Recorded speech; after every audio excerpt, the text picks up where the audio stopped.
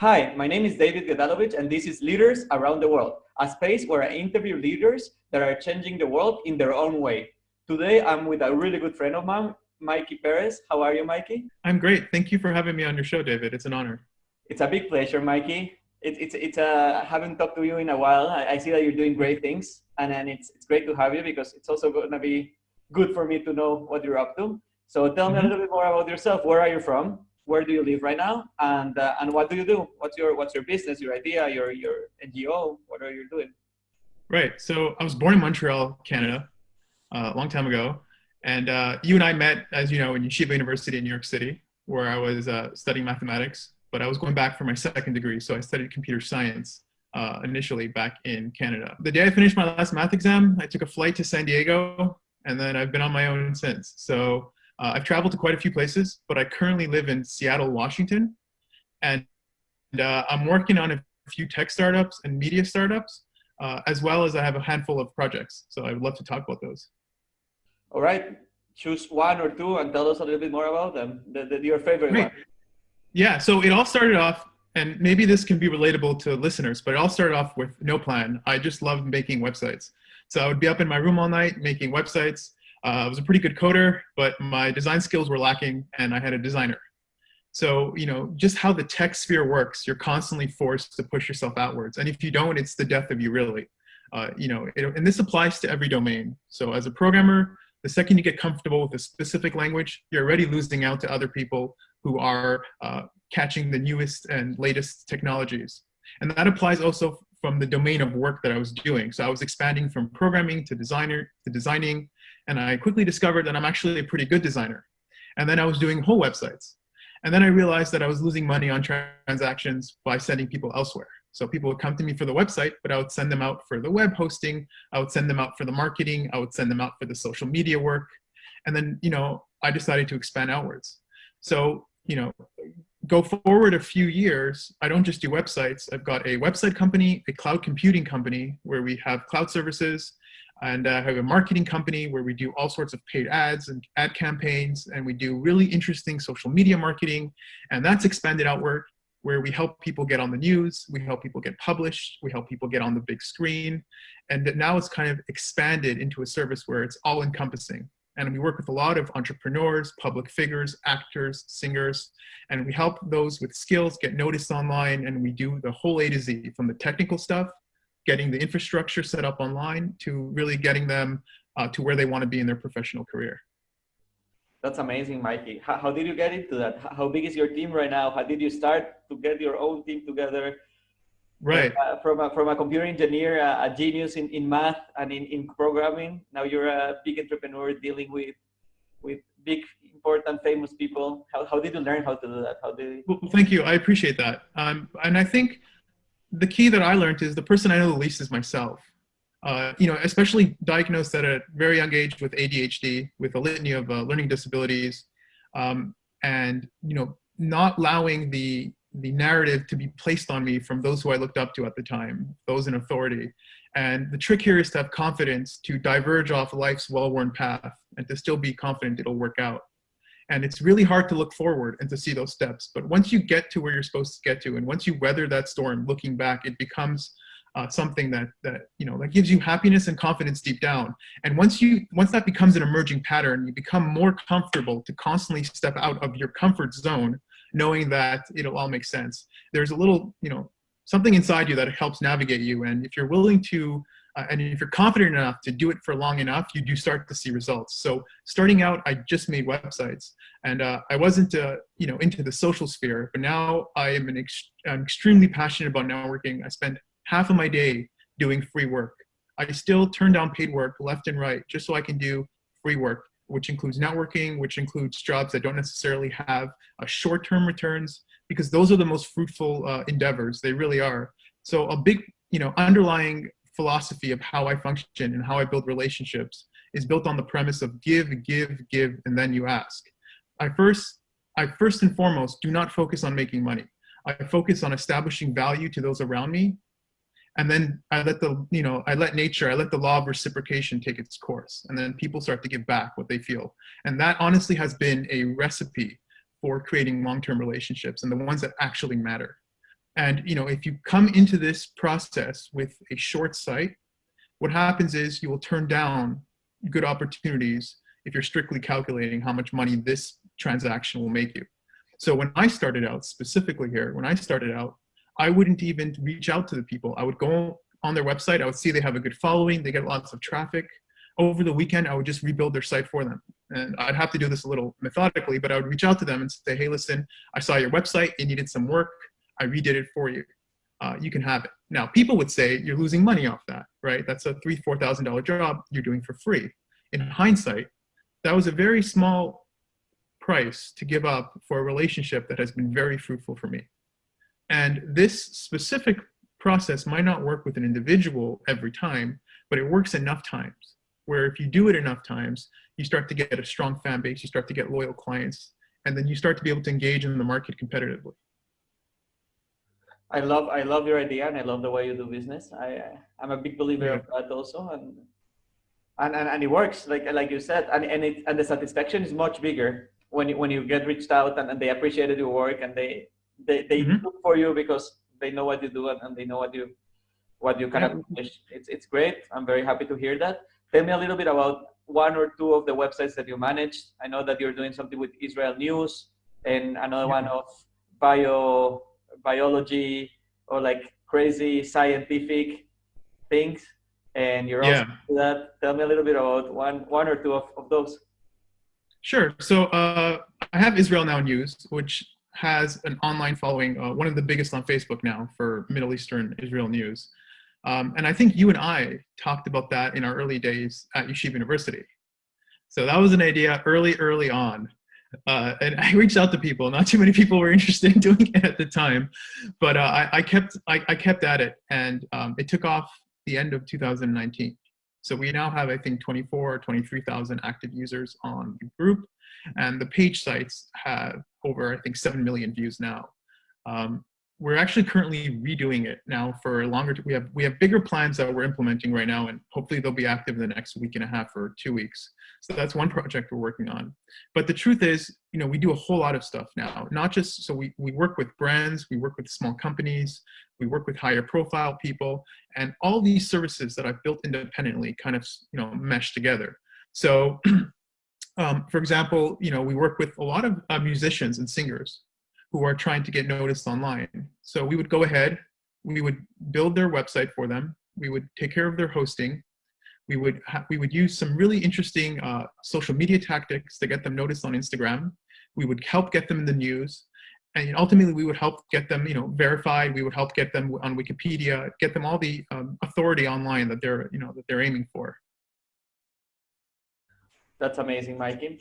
Tell me a little bit about the nomad lifestyle. I saw an article about it, and I was very interested to see that you decided to adopt that, and you're an example. Like, I think it was Forbes or like or Time magazine, a very important magazine that were interviewing you about this lifestyle that you. Last week I was talking to you, and you were like, "I'm in Alaska. I don't have that much internet. Next week we can talk." Tell me a little bit more about that. Okay, so I actually travel full time. So I travel a lot, and often people find that very admirable. And they go, oh, I wish I could travel full time. And my response to that is, that's really not my goal. And that's not necessarily something I'm proud of. What I'm very happy, and the important point to notice here, is that I do what I love doing. And a byproduct of that is the fact that I have no commitment to a specific location and I can travel when I want. I would give up traveling any day for sticking to the things that I love doing. So they work hand in hand. And that's part of my Breaking 9 to 5 work model that I'm actually helping people now. I'm working on a book, and I'm working on a series called Breaking 9 to 5, where I teach people how to implement, my methods of business and how to get clients in my unique ways. And as a byproduct of this, they're able to move around. So I am a nomad, but I do currently live in Washington, and I've traveled, quite a bit in the past 2-3 years.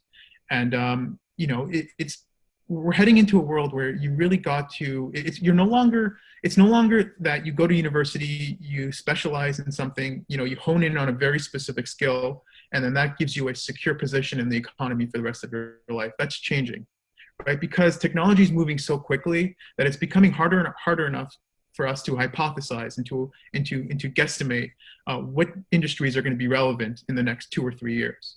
And the problem here now is that if you focus too much on a specific skill set, you're going to render yourself obsolete. It could be because of a pandemic that can ruin the environment in which you can work in, or it could be because AI will render your job obsolete. So it's important you invest in a wider array of skills, or you invest in the kind of tools that have a wide array of applications. And a good example of this would be to invest in the tech domain. So if you're referring to my recent article on Forbes, I was discussing how to invest in something called a career portfolio. It's where you don't necessarily have a specific job on the 9-to-5 at a corporate company, but you invest in yourself and you develop multiple streams of revenue. And one of the good ways to do that is to invest in skills that don't have constraints. They don't require you to be at a specific place at a specific time. And I think the tech domain is a great place for people to invest in. So if people are trying to get control of their future and they are trying to find a financial option that makes them happy, because here's the litmus test. I mean, you need to ask yourself if you enjoy doing what you're doing every morning. And if you've gone through quite enough of days where you're just unhappy, I think maybe it's time to take another career. And you need to realize how important this is. You can take the bus at 6 a.m, on a Monday morning, and you can realize that not everyone is happy going to work. That doesn't make sense to me. I don't understand why people want vacation, right? You should be doing whatever you can so you can do more of what you want to do. So, if you're in a 9-to-5 and you're unhappy, my advice to you is to be strategic. Not everyone has the luxury to quit their job cold turkey, but you need to ask yourself, how much do you really want to course correct and to put yourself in a place that makes you financially happy and you do the stuff you enjoy? Are you willing to give up your 8 hours of sleep every day? Are you willing to move back into your mom's house and save on rent so you can afford to hone the right skills and develop the right skills to practice your own profession that makes you happy, right? You have to go through what are you willing to give up? Because everyone wants to be successful. Everyone wants to do things they enjoy doing, but you have to be willing to work for it. So, if you are in a 9-to-5 and you want to break out of that, if you are in a job you don't like, but it pays your bills, you've got to quickly understand that this is just a means to an end, right? Continue your job, but when you go home, you've got the whole night. You've got from 6 to midnight to work on a new set of skills. You've got from 6 to midnight to understand how the stock market works and start making investments. You've got 6 to midnight to go on YouTube and learn how to make websites and make a few bucks over the weekend. Because once you start there, and you have enough of a groundwork to offer some service in the market, you will constantly realize you're being thrown around. And you'll never know where you'll end up in 2-3 years, but you've got to start somewhere. I think it's great advice, Mikey. Following that idea, can you give us a short advice for people that want to do that? What keeps you up working in something independently? You mentioned a few things that you like it, that you enjoy it, but it's hard. It's still hard, Mikey. I know that it's hard to wake up every morning and not know. Right now, maybe it's not, but in the beginning it was with Israel News. I remember that you asked me to be your partner and stuff. In the beginning, we didn't see any traction for a month, 2 months, 3 months. Yeah, I got tired, and you kept going for 7 years. I didn't have the motivation you did. Exactly. What's your secret? It's pure stubbornness. I mean, it's got to be a healthy dose of stubbornness. But I will say this: when you're entering the workforce, you just graduated college. It's a trap. They tell you, you have a starting salary of $90,000, $100,000 working at one of these top tier companies, and they have all the benefits and the stability from the get-go. But when you grow in those companies, you're not growing exponentially. You're growing in a linear fashion, and you taper off after a few years. Right? There's odd few exceptions, but I'm talking about a general sense here. You're not making $4 or $5 million after 5 years from working at Google, right? Now, why it's a trap is because people who are doing those plans don't end up happy. Most of them don't, right? And again, working for yourself is not meant for everyone. But if you're unhappy working for the 9-to-5 corporation you pay to forget about your dreams, and it's very hard for you to have the determination to work for 2-3 years with being severely undervalued, with getting paid 4 times less than your colleagues and working 5 times harder than them. But if you're willing to stick through that for 3-4 years, and that's how long it can often take, and that's how long it took me, you will see an inflection point. And now you're engaging with a model that has way more traction. First of all, when you do what you love, you do it 10 times better. And when you do what you love, you get to offer things in the market that other people don't offer. That's the real secret here. You want to find a way to be exceptional in the market in one way or another. Because once you're exceptional, you have more leverage in negotiations, you have more leverage in deals, and you're able to charge more because it's harder for people to replace you. So my advice to people is to really assess whether you're happy or not. And for some people, and this isn't a good or a bad thing, it's literally how you're wired. For some people, working the 9 to 5 and having that stability is good for them. There are those people, you message them Friday at 5:30, they go, oh, my work email I don't have access to it. I'll respond to you on Monday at 9 a.m. For people who are happy doing that, that is great. I don't recommend they do anything differently. But for people who aren't happy, you need to make a plan. You're not supposed to go crazy. Because you have a life, you have to pay rent, and it's easier said than done for people who have a family. But you have way more free time than you think. And it's not rocket science here. It comes down to whether you really, really want it. You're willing to give up on your social life for a year. If you're willing to move back at your parents' home so you don't have to pay rent.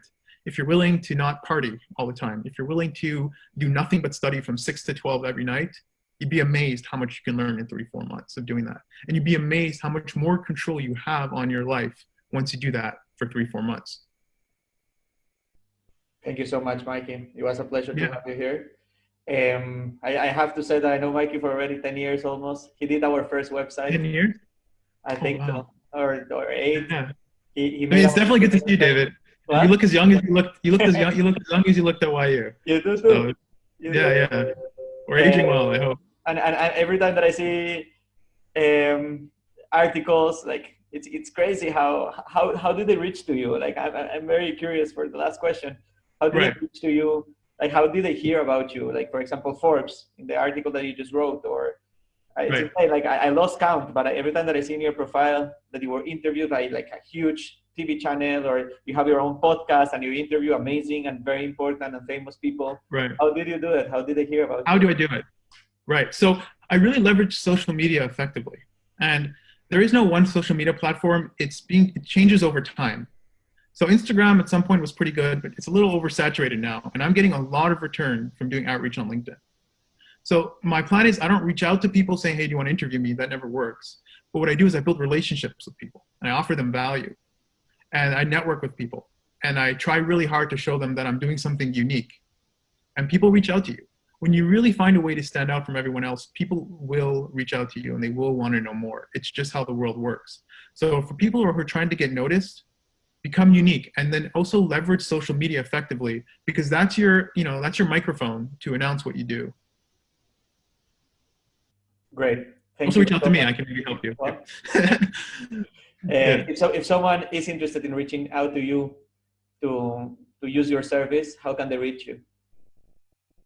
Yeah, and they don't have to frame it as business. They're always welcome to reach out and ask questions. It'll be my pleasure. You can learn more about me on my website, Michael Perez, MichaelPeres.com. You can search for me on LinkedIn, Michael Perez. You can search for me on Instagram, Mikey, MIKEYPERES. Wherever you do reach out, feel free to send me a DM. It'll be my pleasure to help you where I can. Thank you so much. Now we have to have another interview next time to know how can it be that you fit so much in 24 hours. I know that you sleep very little, but that's another kind of conversation. You asked me if I still have crazy hours. Yeah, just to answer your question, my hours are actually a little better than before. I have more structure in my life now. But I've learned a lot since my YU days, and I've learned that working till 6 a.m. every day works for. I mean, maybe I'm getting older, but it's.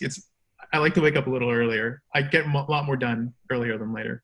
It's great. It's great, Mikey. Yeah. You lived with me at some point, and it was great to have a friend that you would come back. Oh God, don't even remind me. And he was there.